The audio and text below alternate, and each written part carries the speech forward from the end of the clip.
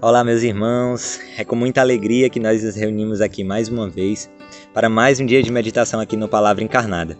Hoje, dia 7 de junho, nós vamos meditar o Evangelho que está lá em São Marcos, capítulo 12, dos versículos 18 ao 27. Estamos reunidos em nome do Pai, do Filho e do Espírito Santo. Amém. Vinde, Espírito Santo, enchei os corações dos vossos fiéis e acendei neles o fogo do vosso amor. Enviai, Senhor, o vosso Espírito, e tudo será criado, e renovareis a face da terra. Oremos, ó Deus, que instruístes os corações dos vossos fiéis, com a luz do Espírito Santo, fazei que apreciemos retamente todas as coisas, segundo o mesmo Espírito, e gozemos sempre de suas consolações. Por Cristo, Senhor nosso. Amém. Ave Maria, cheia de graça, o Senhor é convosco. Bendita sois vós entre as mulheres, e bendito é o fruto do vosso ventre, Jesus. Santa Maria, Mãe de Deus, rogai por nós, pecadores, agora e na hora de nossa morte. Amém. Vamos à leitura do Evangelho. Naquele tempo, vieram ter com Jesus alguns saduceus, os quais afirmam que não existe ressurreição, e lhe propuseram este caso. Mestre, Moisés deu-nos esta prescrição. Se morreu o irmão de alguém, e deixar a esposa sem filhos, o irmão desse homem deve casar-se com a viúva, a fim de garantir a descendência de seu irmão. Ora, havia 7 irmãos. O mais velho casou-se e morreu sem deixar descendência. O segundo casou-se com a viúva e morreu sem deixar descendência. E a mesma coisa aconteceu com o terceiro. E nenhum dos 7 deixou descendência. Por último morreu também a mulher. Na ressurreição, quando eles ressuscitarem, de quem será ela mulher? Porque os 7 se casaram com ela. Jesus respondeu: Acaso vós não estáis enganados, por não conhecerdes as Escrituras nem o poder de Deus? Com efeito, quando os mortos ressuscitarem, os homens e as mulheres não se casarão, pois serão como os anjos do céu. Quanto ao fato da ressurreição dos mortos, não lestes no livro de Moisés, na passagem da sarça ardente, como Deus lhe falou? Eu sou o Deus de Abraão, o Deus de Isaque e o Deus de Jacó. Ora, ele não é Deus de mortos, mas de vivos. Vós estáis muito enganados. Palavra da salvação, glória a vós, Senhor. Meus irmãos, o Evangelho de hoje, ele nos traz uma narrativa em que, no início, Jesus se encontra com os saduceus.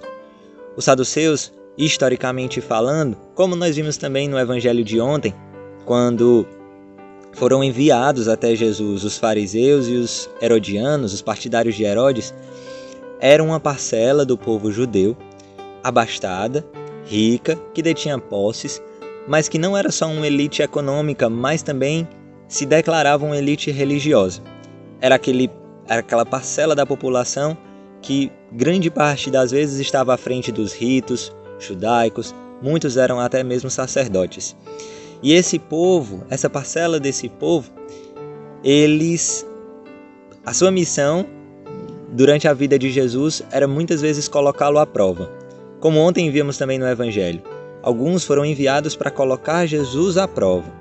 Assim também hoje, esse grupo, os saduceus, eles também procuram Jesus, não para conhecer, não para escutar, não para aprender, não para beber da fonte que é o coração de Jesus, mas vão ao seu encontro convictos de uma realidade, de uma crença pessoal, mas para tentar Jesus, mas para pô-lo à prova e para querer prendê-lo de alguma maneira pelas palavras que ele proferir. E nesse intuito, uma característica que marcava assim, historicamente os saduceus e que os diferenciava dos fariseus, por exemplo, era a crença, o fato de eles não acreditarem na ressurreição dos mortos, algo que os fariseus já acreditavam, né? Então, essa pequena diferença de crença doutrinária, podemos dizer assim, os dividia esses grupos, né? Então, os saduceus, este grupo, vai ao encontro de Jesus para perguntar a ele e para apresentá-lo um caso de uma mulher que, segundo os costumes da lei, segundo a lei de Moisés, ao não gerar filhos, quando o marido morre, é direito e é necessário que o irmão do marido ele se case com aquela mulher para deixar algum tipo de descendência. E os saduceus apresentam esse caso a Jesus, de uma mulher que se casou com 7 irmãos e não teve filhos, não foi gerada nenhuma descendência e todos morrem. E a pergunta que os saduceus fazem a Jesus: na ressurreição, quando eles ressuscitarem, de quem será ela mulher? Porque os 7 se casaram com ela. Os saduceus eles já não acreditavam, como nós partilhávamos aqui. A sua intenção era muitas vezes pegar Jesus, prender Jesus. Precisamos estar muito atentos, meus irmãos.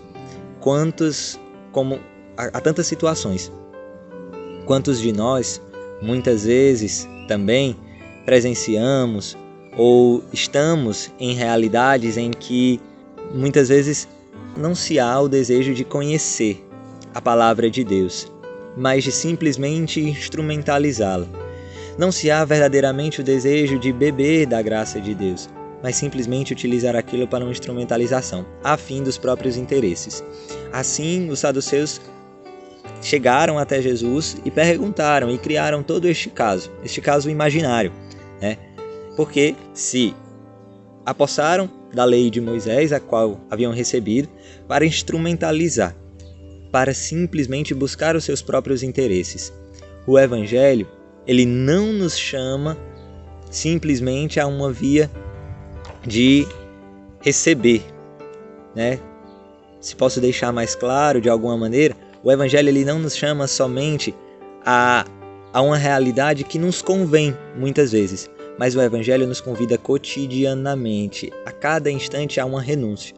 O Evangelho, o convite central do Evangelho, não é justamente simplesmente um massagear o nosso ego, um falar aquilo que nos convém, um apoiar simplesmente as nossas crenças. E muitas vezes podemos, se não vigiarmos, cairmos nesse risco de instrumentalizar a palavra de Deus, instrumentalizar as direções, os mandamentos de Deus a nosso favor, para permanecermos na mediocridade da nossa vida, para permanecermos muitas vezes na superficialidade de uma vida de fé que não se compromete verdadeiramente com a mudança radical, que não se deixa interpelar pela palavra, pelo Evangelho, que não se deixa muitas vezes convencer das verdades de Deus e simplesmente pega aquilo que convém e instrumentaliza para o gosto próprio. Precisamos estar muito vigilantes, pois todos nós verdadeiramente estamos expostos a esse risco. E Jesus, com muita paternidade, com muito zelo, mas também com muita firmeza, ele inicia a sua resposta com uma pergunta, na verdade. Acaso vós não estáis enganados por não conhecerdes as Escrituras nem o poder de Deus? Jesus ele não afirma, mas ele põe aquele grupo ou aquelas pessoas que o questionam, mesmo conhecendo a intenção do seu coração, porque Jesus conhecia, mas ele os põe para refletir, ele os põe para pensar. E com muita cautela e muito cuidado e muita clareza vai explicando o porquê que aquele questionamento, porque que aquela situação apresentada pelos saduceus, ela não era realidade. Jesus apresenta com uma liberdade de explicar as Escrituras, né? O Cristo que na verdade se antecipa para esclarecer, para tornar plena tudo o que já havia e o que era contido na lei. Essa é a imagem que também hoje nós podemos enxergar de Jesus neste Evangelho. O Cristo, aquele mesmo Cristo que nos recorda o Cristo ressuscitado na passagem dos discípulos de Emaús, que vai explicando as Escrituras, que vai explicando todo o sentido. Esse mesmo Cristo que é Pai, esse mesmo Cristo que esclarece e vai fazendo com que todas as nossas vendas caiam e façamos essa experiência pessoal com a pessoa de Cristo, com a realidade viva e real de um Cristo, não com ideias. Este encontro pessoal com Jesus, já nos dizia Bento XVI, né, na sua carta Deus é Amor, que o encontro com o Senhor ele é um encontro com uma pessoa, não um encontro com uma ideia, não um encontro com algo abstrato, mas é uma pessoa. O encontro com Jesus é um encontro com uma pessoa viva, encarnada. Muitas vezes podemos também, e na realidade de hoje do nosso mundo, se há uma grande tentação de vivermos e de experimentarmos de uma fé abstrata, de uma fé que não nos compromete, de uma fé que não nos chama a uma verdadeira conversão, a uma conversão que dói, a uma conversão que nos faz arrancar os nossos pedaços da nossa carne para dar como alimento para a multidão, para dar como alimento para aquele povo sedento e faminto. Mas Jesus ele é muito claro, ele é muito dócil ao explicando o porquê aos saduceus daquele seu caso está errado. Ele nos afirma, porque Deus ele não é um Deus dos mortos, mas um Deus dos vivos. E ele explica aos saduceus a partir das próprias Escrituras. Ele os explica, os esclarece, tem a tentativa de abrir os seus olhos, por mais que conheça a intenção do seu coração. Mas Jesus, nesse intuito, nesse desejo, nessa disposição de amar, de levar a verdade aos corações, até mesmo daqueles que o perseguiam, ele é firme e ele é coerente com aquilo que a sua própria fé, aquilo que ele mesmo foi sendo ensinado, foi aprendendo, o ensina. E Jesus, com muito amor, ele vai nos recordando, vai recordando aos saduceus e a cada um de nós também esta realidade. É necessário atualizarmos cotidianamente este encontro pessoal com Jesus, com uma pessoa que nos espera, um Deus encarnado, não um Deus de ideias, um Deus distante, um Deus que simplesmente se compadece da humanidade, mas um Deus que se encarna, um Deus que abraça a humanidade com todas as suas dores, também para fazer com que essa humanidade experimente da ressurreição, experimente da graça de Deus. Por isso, meu irmão e minha irmã, nesse evangelho de hoje, nesta palavra encarnada, você pode também fazer essa pergunta, já aqui nos encaminhando para a conclusão, para o final. Como eu, como você, nós estamos fazendo essa experiência de atualizar o nosso encontro com o Senhor? Como nós estamos nos deixando ser interpelados pela palavra do Senhor, que escutamos aqui diariamente, não simplesmente como um conhecimento, não simplesmente como algo a mais que me preenche e me completa ali, faz parte da minha intelectualidade. Não somente como um conhecimento racional, mas como uma experiência. O Senhor, ele nos chama e de maneira muito clara e muito concreta, ele nos convida a atualizar a nossa experiência com ele de diversas formas, nos nossos centros sociais, nas nossas casas de acolhimento, também na evangelização, no sair de nós mesmos, no ir ao encontro, a anunciar, a testemunhar esta presença real e viva de Jesus que encontramos cotidianamente e experimentamos com a nossa vida. Por isso, meu irmão, minha irmã, que nós possamos assumir neste dia de hoje este compromisso de, a partir desta palavra, a partir do conhecimento da palavra de Deus, não buscar simplesmente justificar nossas atitudes ou comportamentos, mas buscar, a partir de uma experiência pessoal com o Senhor, a transformação radical das nossas vidas. Deixar tudo aquilo que nos afasta de Deus para cada vez mais numa radicalidade decidir por Ele. Decidir pela sua vida e decidir pela conversão do nosso coração.